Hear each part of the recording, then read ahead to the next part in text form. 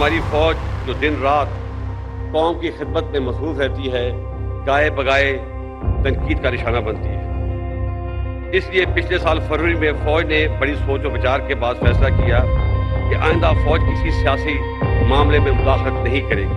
1987 के अंदर पाकिस्तान आर्मी में कमीशन होने वाले एक अफसर जिनका ताल्लुक बलोच रेजिमेंट से है, ये 2015 में मेजर जनरल के रैंक पे पहुंचे और तरक्की करते करते 2019 में लेफ्टिनेंट जनरल के रैंक पे पहुंच गए। कभी इनका नाम पाकिस्तानी सियासत के अंदर पॉलिटिकल इंजीनियरिंग के हवाले से सामने आता है, कभी इनका नाम मिलिट्री के अंदर धड़ाबंदी करने के हवाले से सामने आया, तो कभी इनका नाम पाकिस्तानी सियासत, सहाफ़त और अदालती मामलात के अंदर आला अदलिया और आला हुकाम को इन्फ्लुएंस करने के हवाले से भी आया। हम जनाब अली, कैसे हैं आप? खैरियत से? खैरियत से, आप सुनाएं। मैं ठीक हूँ, आपकी दुआएं। आप हमें बिल्कुल लिफ्ट नहीं कराते हैं, पता नहीं क्या चक्कर है। कमाल, पूरी कोशिश कर चुके हैं। कमाल करते हैं, सारी लिफ्ट आपके लिए। नहीं सही बता रहा, मैं तो गिला कर रहा हूँ। अच्छा, गिला कर रहे हैं? नहीं, कि क्या हुआ ऐसा? चलो, मैं वो ब्रिगेडियर साहब है हमारा, मैं उसको भेजूंगा। एक काम है, वो 2 पुराने चैनल का लाइसेंस वो हमने उसको किया था, बेचे थे, तो उनको वो लाइसेंस फंसे हुए हैं, वो तो जरा आप एक स्पेशल मेहरबानी करवा दें। 2017 के अंदर प्राइम मिनिस्टर नवाज शरीफ को आउस्ट करने के लिए वजीर आजम नवाज शरीफ को नाअहल करार दे दिया है। सुप्रीम कोर्ट ने वजीर आजम नवाज शरीफ को नाअहल कर दिया है। कभी इनका नाम सामने आया कि आला अदलिया को इन्फ्लुएंस करने के हवाले से इन्होंने बहुत काम किया, तो कभी इनका नाम इमरान खान को सादिक और अमीन का सर्टिफिकेट दिलवाने के लिए आला अदलिया को इन्फ्लुएंस करने के हवाले से सामने आया, कभी इनका नाम फैज़ाबाद धरने के हवाले से सामने आया, तो कभी इनका नाम काबुल और Taliban take over of Afghanistan के हवाले से सामने आया। बताया ये भी जाता है कि दोहा टॉक्स के अंदर भी इन्होंने एक अहम किरदार अदा किया था, जिसके अंदर इन्होंने अमेरिका और अफ़गानिस्तान के हवाले से जो मामलात थे उनके अंदर भी काफ़ी इन्फ्लुएंस शो किया। उसके अलावा देखा जाए तो बताया ये भी गया कि पाकिस्तान और इंडिया के अंदर जो टॉक्स की मीडिएशन थी 2019 के एपिसोड के बाद, उसमें भी इनका नाम एक कलीदी किरदार अदा करता है। विंग कमांडर अभिनंदन पाकिस्तान की सीमा से बाहर निकलकर हिंदुस्तान की तरफ आगे बढ़ रहे हैं।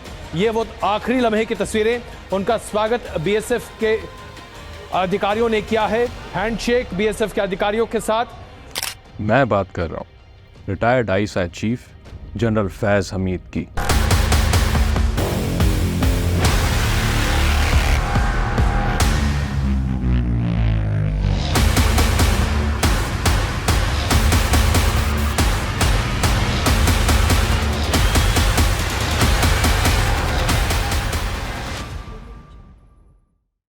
इनका नाम बड़ा मशहूर हुआ जब इन्होंने एक जुमला कहा था, Don't worry, everything will be okay. लेकिन मामलात कुछ यूं हैं कि दिखाया ये जा रहा है कि अब जनरल फैज़ हमीद के लिए मामलात आर नॉट।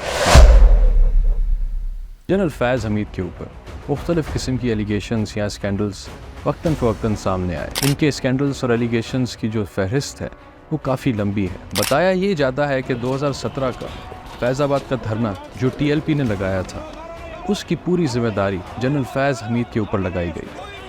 उन्हें इस टास्क के ऊपर लगाया गया था कि नवाज़ हुकूमत 2017 के अंदर किसी ना किसी तरह टॉपल डाउन हो जाए। वो किसी हद तक इस काम के अंदर कामयाबी हासिल कर चुके थे कि उन्होंने नवाज़ शरीफ को अपनी सीट से यानी कि वज़ीर आज़म की कुर्सी से हटवा भी दिया था। नाअहल करार दे दिया गया है। जी हां, आज की सबसे बड़ी खबर यह है कि सुप्रीम कोर्ट ने नवाज शरीफ को नाअहल करार दे दिया है। जनरल फैज़ हमीद को एक और इम्पॉर्टेंट टास्क सौंप दिया गया, वो 2018 में इमरान खान की हुकूमत लाना। नियाज़ी साहब ने 176 वोट हासिल किए।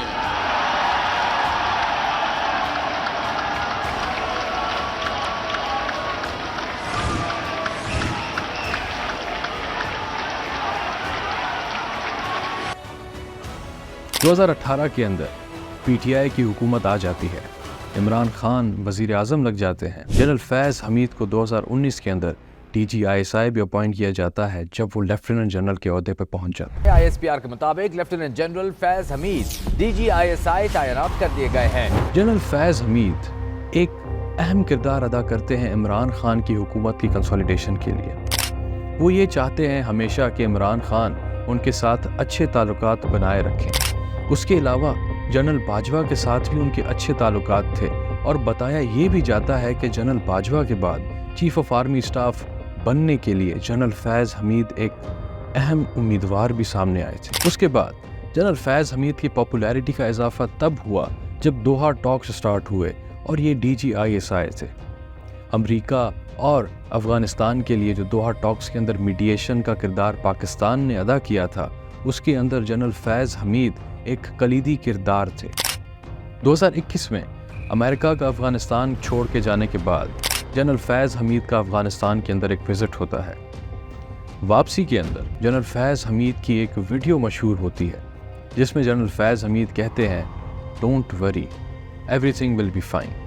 लेकिन इसके पसे मंज़र में अगर देखा जाए तो पाकिस्तानी सियासत और मिलिट्री इस्टेब्लिशमेंट के दरमियान मामलात ख़राब होने लगते हैं। इमरान खान चाहते हैं कि जनरल फैज़ हमीद DGISI के तौर पर सर्व करते हैं। वज़ीर आज़म जनरल फैज़ हमीद को 4 से 6 माह DGISI बरकरार रखना चाहते थे। हुकूमती रुकन कौमी असम्बली आमिर डोगर ने समा के प्रोग्राम नदीम मलिक लाइव में बड़ी खबर दे दी। लेकिन जनरल बाजवा का कुछ कहना यूँ था कि उनको इस ओहदे से हटा दिया जाए और लेफ्टिनेंट जनरल नदीम अंजुम को लाया जाए। इसके बाद फ़ौज और सिविलियन क़यादत का एक पेज पे होना महाल हो।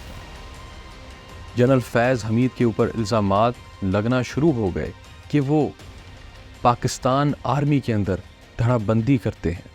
उनके ऊपर ये इल्ज़ाम लगाया गया कि वो अपने हिसाब से अपने जर्नैल तैयार कर रहे हैं ताकि उन्हें चीफ ऑफ आर्मी स्टाफ का ओहदा मिल जाए।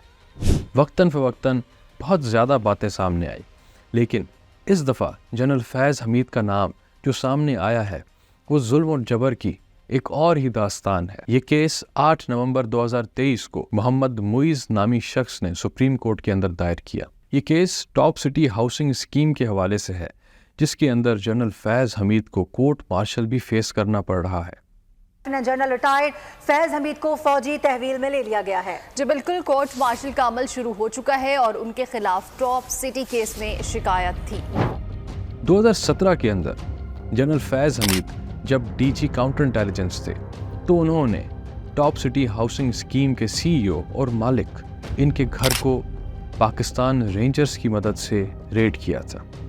जनरल फैज़ हमीद जब DG काउंटर इंटेलिजेंस थे तो उन्होंने मोहम्मद मुइज़ को इन्फ्लुएंस किया कि वो एक निजी चैनल को स्पॉन्सर करें और अगर उन्होंने ये करने से इनकार किया तो उनके साथ काफ़ी ज़्यादती की जाएगी। जनरल फैज़ हमीद ने बहुत से इल्ज़ामात लगवाए मोहम्मद मुइज़ के ऊपर ताकि वो उन्हें स्पॉन्सर करते रहें और टॉप सिटी हाउसिंग स्कीम के अंदर उन्हें शेयर्स दिए जाएं। जनरल फैज़ हमीद का जो करंट कोर्ट मार्शल है वो भी इसी केस के हवाले से बताया जाता है। क्या इस बात के ऊपर सवालिया निशान नहीं कि जनरल फैज़ हमीद ने अपने ओहदे का गलत इस्तेमाल किया? लोग ये सोचते होंगे कि DGISI और कोर कमांडर पेशावर बनने के बाद जनरल फैज़ हमीद का नाम अब चीफ ऑफ आर्मी स्टाफ बनने के लिए मुकम्मल तौर पे सूटेबल था, लेकिन पाकिस्तानी सियासत को कुछ और ही मंजूर था। PDM हुकूमत ने जनरल फैज़ हमीद के नाम को चीफ ऑफ आर्मी स्टाफ के लिए बिल्कुल सूटेबल नहीं समझा। जाते जाते 2023 के अंदर जनरल फैज़ हमीद ने पाकिस्तानी सियासत के अंदर एक और महाज खोल दिया जब उन्होंने अपने वक्त से पहले अपने ओहदे से रिटायरमेंट दे दी। लेफ्टिनेंट जनरल फैज़ हमीद का कबल इस वक्त रिटायरमेंट का फैसला सामने आया है। ज़राए के मुताबिक लेफ्टिनेंट जनरल फैज़ हमीद ने अपनी मुद्दत मुलाजमत पूरी होने से पहले ही रिटायरमेंट का फैसला कर लिया है। लेफ्टिनेंट जनरल रिटायर्ड फैज़ हमीद जाते जाते दिल में ये तो ज़रूर कहते होंगे, अपने ही गिराते हैं नशेमन पे बिजलियाँ।